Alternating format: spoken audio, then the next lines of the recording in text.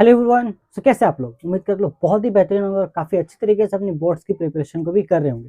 तो जैसे कि हमारा ज्योग्राफी का क्रैश कोर्स कंटिन्यू है, जिसमें हमने ऑलरेडी 5 डेज कंप्लीट कर लिया है। उन 5 डेज में हमने फिजिकल ज्योग्राफी को कम्प्लीटली कवर कर लिया है और इंडिया का हमारा लगभग पहला 4th चैप्टर कंप्लीट हो चुका है।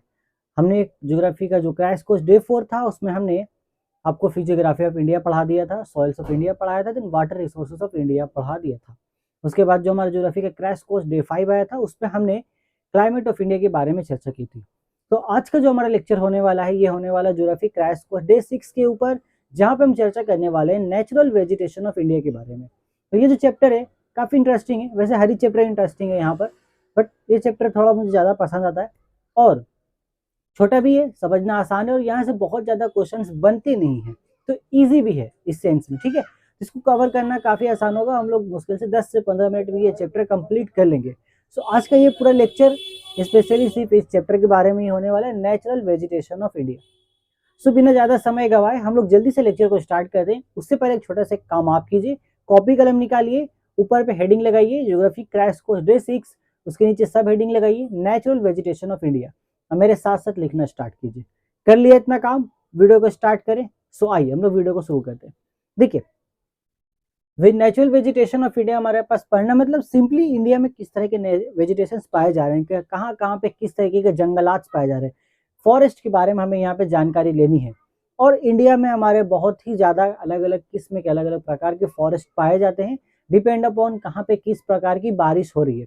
इस चीज़ की चर्चा हमने क्लाइमेट ऑफ इंडिया में भी की थी, जो कि हमारा क्रैश कोर्स डे 5 था, कि किस तरीके से जो मानसून है, मानसून की वजह अगर अलग अलग जगह पे किस तरीके से बारिश कम किसी जगह पे ज़्यादा हो रही, उस वजह से भी नेचुरल वेजिटेशन पे इफेक्ट पड़ता है।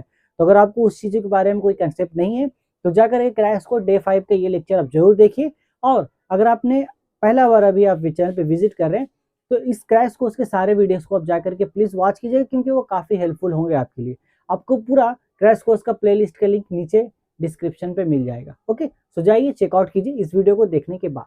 ओके, ठीक है। तो कुछ बेसिक इन्फॉर्मेशन जो आपको मालूम होना चाहिए कि एज पर एक स्टैंडर्ड डाटा है, जिसके मुताबिक ये बोला जाता है कि जो भी टोटल एरिया है, आपको किसी भी कंट्री का जो टोटल एरिया है किसी भी कंट्री का, उसका 33 अदर सही 1/3% total area must be forest होना चाहिए। अब किसी भी कंट्री का आपको कितना भी एरिया, उसका इतना परसेंट तो ए में आपको फॉरेस्ट होना ही चाहिए। ये एक स्टैंडर्ड डाटा है। ओके, बट 1990 का जो रिपोर्ट है, 1999 का, उस रिपोर्ट के अकॉर्डिंग इंडिया का जो भी टोटल एरिया है कितना है फिलहाल, वो आप मुझे कमेंट करके बताएंगे। बाकी जो भी यहाँ पर हमारा टोटल एरिया है इंडिया का, उसका सिर्फ और सिर्फ 29.7% जमीन पर ही यहाँ पे पेड़ पौधे हमारे पास पाए जाते हैं।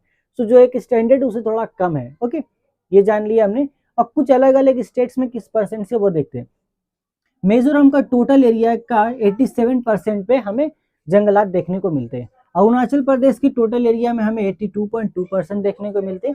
और हमारा जो स्टेट वेस्ट बंगाल है, वहाँ पे टोटल एरिया का हमें 9.4% एरिया में जंगलात हमें देखने को मिलते हैं। यहाँ तक क्लियर है? कुछ भी समझने लायक चीज नहीं था, स्टैटिक डाटा है जो बस मालूम होना चाहिए। इंडिया में नेचुरल वेजिटेशन को क्लासिफाई किया गया है, जो कि नेचुरली पाए जाते हैं। अब ये जो क्लासिफिकेशन, ये डिपेंड अपॉन रेन है।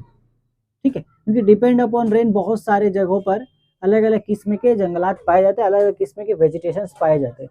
तो सबसे पहला यहाँ पर हमारा ट्रॉपिकल एवरग्रीन फॉरेस्ट, ये नाम आपको याद होना बहुत जरूरी है। ओके, पहला चीज तो ये याद हो जाना चाहिए कि क्लासिफिकेशन जो किया गया है, उसमें हमारे पास 5 हिस्सा है, मतलब 5 टाइप्स आपके पास है नेचुरल वेजिटेशन का इंडिया पे डिपेंडेंसी ऑन रेन। पहला है ट्रॉपिकल एवरग्रीन फॉरेस्ट, सेकेंड है ट्रॉपिकल डेसिडियस फॉरेस्ट, थर्ड है ट्रॉपिकल डिजर्ट फॉरेस्ट, फोर्थ यहाँ पर है माउंटेन फॉरेस्ट, लास्ट है हमारा लिटोरल फॉरेस्ट। ओके, इनके बारे में कुछ बेसिक सी इंफॉर्मेशन है जो मैं आपको बताऊंगा, जो आप थोड़ा सा यहाँ पर याद रखेंगे। ठीक है, ज्यादा नहीं, थोड़ा सा। देखो, हम बहुत डिटेल में इनके बारे में नहीं जानेंगे। हम अगर चैप्टर देखते हैं, अपने बुक में जाएंगे सिलेबस में, तो सबके बारे में काफी डिटेल इन्फॉर्मेशन दी गई है। फिलहाल हमें उतना नहीं पढ़ना होता है, अभी नहीं पढ़ना है। अगर हम स्टार्टिंग से पढ़ रहे होते, अभी साल भर का टाइम होता, तो हम एक एक चीज को इन डिटेल देखते हैं। बट चूंकि ये क्रैश कोर्स है, और मैंने आपको पहले ही बताया था, क्रैश कोर्स तो हम उन चीजों पे ज्यादा फोकस डालेंगे जहाँ से क्वेश्चंस बनते हैं एग्जाम में, जिनको हमें कवर करना जरूरी है। बाकी जो हिस्सा हम छोड़ रहे हैं, उनको अगर हम नहीं भी कवर कर रहे हैं, तो उससे हमें कोई फर्क नहीं पड़ेगा, ठीक है, फिलहाल के लिए। तो एक चीज हम जान ले, चूंकि ये बारिश के एतबार से है तो किन हिस्से में कितना बारिश होता है उसके हिसाब से हमें बांटा गया है। तो जो ट्रॉपिकल एवरग्रीन फॉरेस्ट ये उन हिस्सों में पाया जाएगा जहां पर आपका 200 सेंटीमीटर से 300 सेंटीमीटर बारिश आपको देखने को मिलेंगे। अगर ऐसा कोई जगह है हिंदुस्तान में, जितना भी एरिया ऐसा है जहां पर आपको जिस एरिया में 200 सेंटीमीटर से 300 सेंटीमीटर बारिश होती है, उस हिस्से में आपको ट्रॉपिकल एवरग्रीन फॉरेस्ट देखने को मिल जाएंगे। और साथ में कुछ टेम्परेचर का भी मामला है, तो उन एरियाज में जो टेम्परेचर होता है वो 25 डिग्री सेंटीग्रेड से 27 डिग्री सेंटीग्रेड होता है, ये देखा गया। ओके, अब ट्रॉपिकल डेसिडियस फॉरेस्ट की अगर हम बात करें तो ये उन इलाकों में मिलेंगे आपको जो कि 50 टू 200 सेंटीमीटर रेंज जहां पर होता है, ठीक है। यहाँ पे भी अगर हम टेम्परेचर की बात करें तो यहाँ पे टेम्परेचर उन एरिया में 23 डिग्री सेंटीग्रेड से 27 डिग्री सेंटीग्रेड देखने को मिलेगा। आसपास रूम टेम्परेचर के ही आसपास हमारा टेम्परेचर है, बहुत ज्यादा नहीं है। ट्रॉपिकल डिजर्ट फॉरेस्ट की अगर हम बात करते हैं, यहाँ पे नाम में ही डिजर्ट है, मतलब बारिश तो कम होगा, ठीक है। तो ये उन एरिया में मिलते हैं जहां पर बारिश 50 सेंटीमीटर होती है या फिर लेस देन 50 सेंटीमीटर होती है, मतलब बहुत ही कम बारिश होगी आपकी, या तो 50 सेंटीमीटर या फिर उससे भी कम, ठीक है। ओके, देन हमारे पास चौथा आदमी है माउंटेन फॉरेस्ट। ये उन इलाकों में पाया जाएगा जहां पर बारिश हमारा 100 सेंटीमीटर के आसपास होती है। और एक चीज यहाँ पे नाम में क्या है, माउंटेन, तो इससे हमारा जो पहाड़ी इलाका होता है वहां पे ज्यादा पाया जाता है, मतलब ऊंचाई वाले हिस्से में मिलेंगे आपको। कहाँ मिलने वाले, ऊंचाई वाले हिस्से में। ओके, तो ये आपको मिलेंगे ऊंचाई वाले हिस्से में खास तौर से। ये एक छोटा सा चीज है जो थोड़ा सा डिफरेंट बनाता है माउंटेन फॉरेस्ट को बाकी सभी फॉरेस्ट एरिया से। पांचवा हमारे पास है लिटोरल फॉरेस्ट। ओके, तो लिटोरल फॉरेस्ट के लिए यहाँ पे कोई भी रेन की जरूरत नहीं है हमें। ये ऐसा फॉरेस्ट है जो कि टाइड, जो कि हमने जवार भाटा पढ़ा था, जब जवार होता है हमारा टाइड, तो उसके वजह कर जो पानी आता है, जो टाइड का वाटर होता है हमारा, यानी कि जवार भाटा का जो पानी होता है, तो उस वाटर से जो भी फॉरेस्ट या जंगलात हमारे बन रहे हैं वो सब हमारा लिटोरल फॉरेस्ट के कैटेगरी में आ जाते हैं। बस इतना सा जानकारी है, ठीक है, याद रहेगा। Tropical evergreen forest, tropical deciduous forest, tropical desert forest, mountain forest, littoral forest. ये बेसिक इन्फॉर्मेशन जो मैंने आपको दी, इतना एटलीस्ट आप याद रखें कि कौन किस एरिया में पाया जा रहा है, किस एरिया में 200 सेंटीमीटर से 300 सेंटीमीटर अगर बारिश होता है। याद रखना बहुत आसान है। देखो, सबसे आसान चीज, स्टार्टिंग का जो 3 आदमी है उन तीनों में ट्रॉपिकल नाम है, ठीक है, तो इनको एकदम आसानी से रखिए, ट्रॉपिकल ट्रॉपिकल ट्रॉपिकल। लास्ट का 2 जो 4 और 5 ये तो एकदम अलग है, इनको याद रखना और भी आसान है। ऐसा पेयर बना के याद रखो, ऊपर का 3 नाम, तो ऊपर का 3 नाम में ट्रॉपिकल है आपका। पहला एकदम एवरग्रीन है, ठीक है, पहला क्या एकदम एवरग्रीन, मतलब सबसे ज्यादा हरा भरा जंगलात वहीं पर। सबसे पहला क्या एकदम हरा भरा है, उसके बाद थोड़ा सा रूखा है, डिसिडियस थोड़ा नाम ही रूखापन है इसका, और डिजर्ट एकदम ही रूखा हो गया, ठीक है। इसी ऑर्डर में याद रखेंगे, काफी आसानी से याद होगा। मेरे साथ बोलिए एकदम आसानी से। सबसे पहले ट्रॉपिकल, ऊपर का जो 3 नाम है सब में ट्रॉपिकल आपको मिलेंगे।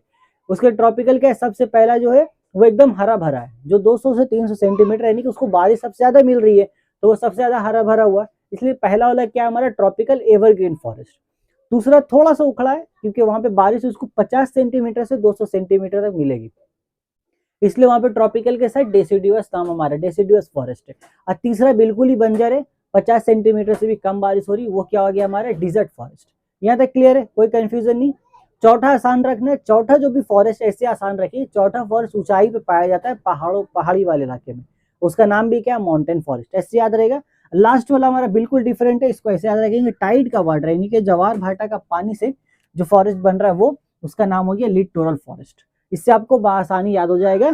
सबसे पहले ट्रॉपिकल एवरग्रीन फॉरेस्ट, फिर ट्रॉपिकल डेसिडुअस फॉरेस्ट, थर्ड में आएगा ट्रॉपिकल डिजर्ट फॉरेस्ट, फोर्थ में आएगा माउंटेन फॉरेस्ट, फिफ्थ में आएगा लिटोरल फॉरेस्ट। ओके, याद रहेगा।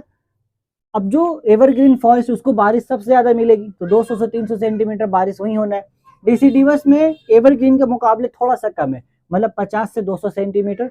डिजर्ट फॉरेस्ट में क्या होगा, एकदम ही नहीं मिलने वाला उसको, 50 सेंटीमीटर से भी कम है।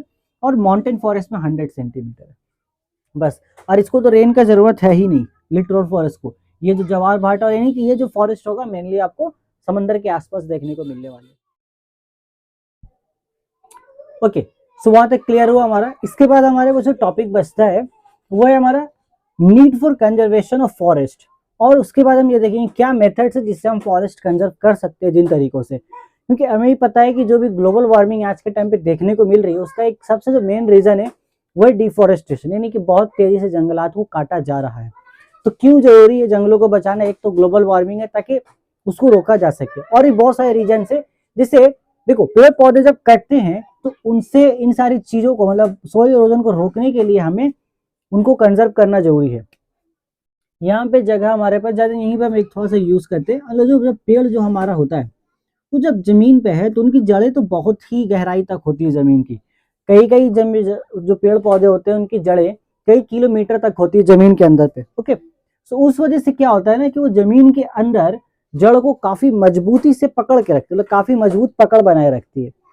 अब उस वजह से हवा गिराए या पानी आ जाए तो उस जगह की मिट्टी को नहीं हटा के ले जा पाए, क्योंकि उसने एकदम मजबूत अपना इस तरीके से सिकंजा जमा रखा है उस जगह पे, उस पेड़ के जड़ ने। अब अगर वो पेड़ ही काट देते हैं, वो जड़ ही वहां से खत्म हो जाए, पेड़ कट गया, जड़ बेजान है बेचारी, जड़ भी अगर हमने उखाड़ दिया पेड़ के साथ ही, तो उस जगह का मिट्टी अब जितना पहले मजबूत था, जिस जड़ ने उसको जकड़ के रखा था, क्या वो रहा? अब वो नहीं रहा।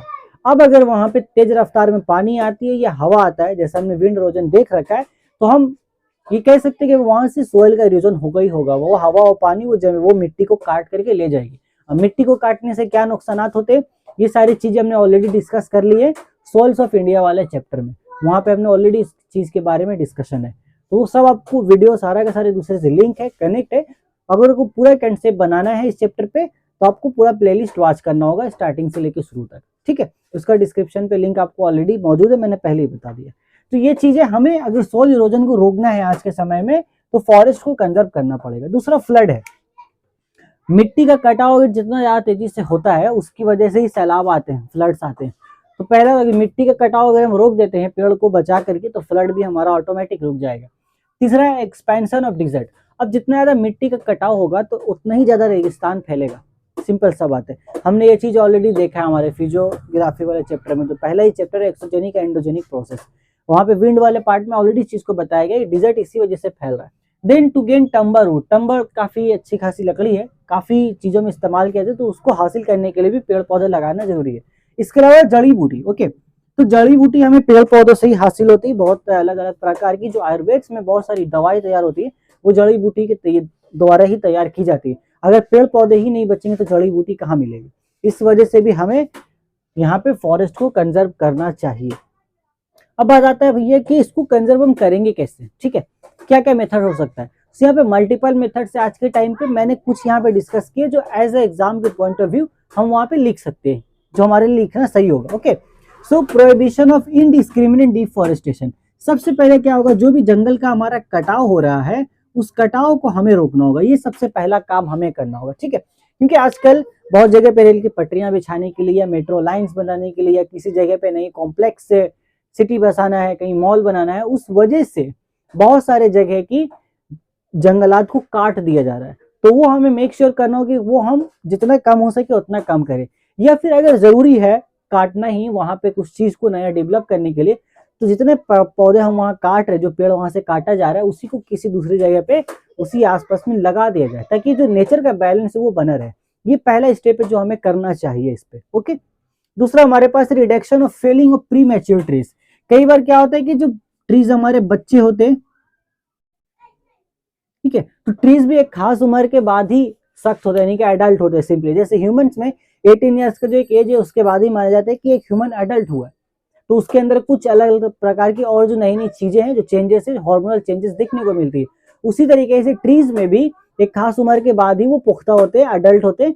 अगर उससे पहले ही वो गिर जाते हैं, कई बार हमारे हाथों से हम रास्ते पे चल रहे हैं, पैर लग कर की पता नहीं ना जाने में या ना जाने अनजाने में ऐसा होता है कि वो कुछ छोटा पौधा होता है वो बर्बाद हो जाता है, वो बेचारा मर जाता है। तो ध्यान रखें कि ऐसा ना हो, और अगर कोई ऐसा कर रहा है तो उससे रोका जाए, इसको करने से। इससे हम लोग कंजर्वेशन कर सकते हैं।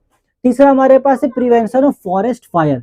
कई बार जंगलात में आग लग जाती है, या तो इंसानी गलती की वजह से जाने अनजाने में, या फिर कुदरती तौर पर। कई बार ऐसा होता है, ऑस्ट्रिया के जंगल में ये हर साल देखने को मिलता है, जब काफी ज्यादा गर्मी पड़ती है तो वहां के जंगलात में आग लगते हैं। अब आग लगने से जंगल तो बर्बाद होता ही होता है। जंगल बर्बाद होने से क्या होता है, जंगल में जो भी जंगली जानवर वहां रह रहे थे उनका घर तो बर्बाद हो गया, साथ में कई जंगली जानवर मर भी जाते हैं इस वजह से, वो भी अपनी जान गंवा बैठते हैं। तो इस चीजों को हमें ध्यान रखना होगा। अगर कभी जंगल में आग लगता है तो तुरंत जो भी फॉरेस्ट डिपार्टमेंट है वहां तक खबर पहुंचाई जाए, उनकी तरफ से जितना जल्द से जल्द हो सके स्टेप्स लिया जाए उस आग को रोकने के लिए। ठीक है, ये चीज हमें करना चाहिए। चौथा नंबर है control of diseases of forest trees. जैसे इंसानों में कई बार क्या होता है, कम उम्र में कोई ऐसी बीमारी लग गई है जिसकी वजह से सेहत खराब हो जाता है, और कई बार लोगों को अगर सही इलाज ना मिले तो जिंदगी से हाथ धोना पड़ जाता है। सेम वही तरीके से सेम वही चीज हमें ट्रीज में भी देखने को मिलता है यहाँ पर, कि कई बार कुछ डिसीज, कुछ बीमारियां पेड़ पौधों में भी लग जाती हैं जिसकी वजह से वो वक्त से पहले ही मर जाते हैं। तो इस चीज का ध्यान रखना होगा। ये चीज खासतौर से फॉरेस्ट डिपार्टमेंट में या जिन लोगों ने इस फील्ड की पढ़ाई कर रखी है, इस फील्ड में जो बोटनी में है, वो लोग ही इन पर ज्यादा खासतौर से ध्यान दे पाएंगे, क्योंकि नॉर्मल इंसान ये नहीं समझ सकता है कि भाई कोई पौधा बीमार है ये नहीं है। वो वही समझ पाएगा जिसको बोटनी का अच्छा खासा नॉलेज हो। तो ये चीज गवर्नमेंट की तरफ से होनी चाहिए कि भाई उसका डिसीज कंट्रोल किया जाए फॉरेस्ट पे। ओके, देन पांचवा एडॉप्शन ऑफ फॉरेस्ट मैनेजमेंट। ये चीज जो मैंने अभी यहाँ बताया आपको पहले पार्ट में, ये फॉरेस्ट मैनेजमेंट ये सिर्फ गवर्नमेंट पहले कर सकती है, अडॉप्ट उनको करना होगा। एक रूल रेगुलेशन बनाना होगा कि आप किसी हिस्से पर अगर इतना पेड़ पौधा काट, इतना पेड़ कट रहा है तो उसके मुकाबले आपको उतना ही पेड़ लगाना होगा या उससे ज्यादा पेड़ लगाना होगा। जितना ज्यादा अवेयरनेस फैलाने के लिए कुछ प्रोग्राम्स किए जाए, इको फ्रेंडली प्रोग्राम्स हो, या फिर साल में या हर साल में मान लो 3-3 महीने में कुछ एक ऐसा इवेंट्स हो जिसके थ्रू ज्यादा से ज्यादा पेड़ पौधे लगाए जाए अलग अलग जगहों पर। ओके, इसके लिए पीपल्स जो है हमारा, जो यानी कि हम लोग जो कॉमन लोग हैं, हमें भी आगे आना होगा। हमारे जो हम सिटीजन्स हैं हमारे देश के, हम सबको भी आगे आना होगा। पीपल्स पार्टिसिपेशन बहुत जरूरी है। पॉइंट्स मैंने अपनी तरफ से ऐड कर दिया यहाँ पर, क्योंकि सरकार का ही सिर्फ ये जिम्मेदारी नहीं है, और सरकार जितने भी चाहे खुद अकेले इस चीज को नहीं कर पाएगी कि वो पूरा का पूरा फॉरेस्ट कंजर्व कर ले। उसके लिए चाहिए कि जो भी सिटीजन्स यहाँ पे रह रहे हैं देश में, जो भी लोग हैं, उनको भी आगे आना होगा, सरकार के साथ कंधे से कंधे मिला करके इस काम को अंजाम देना होगा, तभी जाकर के हम फॉरेस्ट को कंजर्व कर पाएंगे आज के समय पे। ओके, तो फिलहाल उम्मीद है कि ये सारे पॉइंट्स आपको अच्छे से क्लियर हो गए हों। आप इसमें चाहे तो किसी पॉइंट को हटा करके कोई दूसरा पॉइंट भी ऐड कर सकते हो, कोई भी प्रॉब्लम नहीं है। बस जो भी आप लिख रहे हो वो एक सही बात होना चाहिए और उसका कुछ लॉजिक निकलना चाहिए। आप कोई भी पॉइंट उसमें बता सकते हो, क्योंकि फॉरेस्ट कैसे कंजर्व कर सकते हैं, हो सकता है आपके दिमाग में कोई अच्छा आइडिया हो। अगर आपके पास कुछ अच्छा आइडिया है तो आप उस आइडिया को नीचे कमेंट करके ही बता सकते हैं। आपस में शेयर करें, हमारे साथ शेयर करें, कोई और रहेंगे वो दे, हो सकता है कुछ भी हो सकता है ना। अगर आप कमेंट करेंगे कुछ नया आइडिया मिल गया, हो सकता है वो ज्यादा बेहतर हो इन सभी आइडियाज से, उससे ज्यादा हेल्प मिल सकता है नेचर को बचाने में। ओके, सो अगर आपके पास कोई आइडिया तो आप बिल्कुल कमेंट में शेयर कीजिए। बस फिलहाल हमारा आज का वीडियो यहाँ पे खत्म हो रहा है। इसके बाद हम लोग नेक्स्ट वीडियो में बहुत जल्द मिलेंगे ज्योग्राफी के क्रैश कोर्स डे 7 पे, जहाँ पर हम लोग आगे चलेंगे, जहाँ हमारा जो चैप्टर होगा बेसिकली मैं लेने वाला हूँ एग्रीकल्चर ऑफ इंडिया, उसको हम लोग लेंगे और उसमें जितनी भी चीजें वो सब हम लोग मुकम्मल करेंगे। सो होपफुली कि यहाँ तक जो भी चीजें मैंने आपको बताई है सब आपको अच्छे से क्लियर हो गया हो। अगर वीडियो पसंद आया हो, वीडियो आपके लिए हेल्पफुल रही है, तो वीडियो को लाइक कीजिए। अगर किसी तरह का डाउट अभी भी आपके पास है तो आप नीचे कमेंट करके जरूर बताइएगा। और चैनल पर अगर पहली बार विजिट कर रहे हैं, चैनल को सब्सक्राइब कर लीजिए और अपने दोस्तों के साथ हमारे वीडियो को जरूर शेयर कीजिए, ताकि हम ज्यादा से ज्यादा स्टूडेंट तक रीच कर पाए। ओके, सो फिलहाल आज की वीडियो में बस इतना ही। हम बहुत जल्द मिलेंगे अपने अगले वीडियो में, तब तक take care, till then good bye, all the best.